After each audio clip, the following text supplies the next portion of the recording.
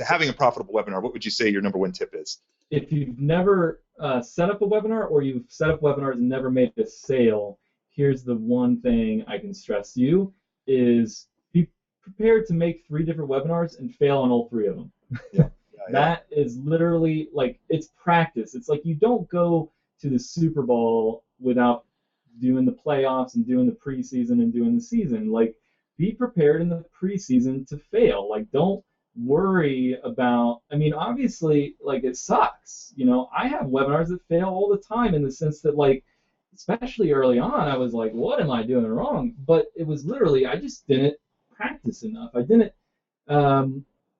put myself out there. I worried so much about the intricacies and all the funnel stuff. Like Webinar Jam and EverWebinar, if you go out there and you set up a campaign, and you just have the replay and just use the email system from Webinar Jam, and it just does the automated stuff, and you don't have active campaign and all this crazy stuff, that's fine. That's great. Go do that first, and just be prepared to do 3 of them and fail. Like, I had a client who did one webinar. She had 30 people on it. She had a $6,000 product. She sold 18 grand worth on one webinar, but it was her first one. Home run, first game, right? But I have plenty of clients that they'll email their list, they'll send them to a webinar. They're like, I did one sale, I got 200 people on the webinar. I'm like, well, did you sell the right thing? You know? Yeah. So there's all these questions. So I just say, like, experiment.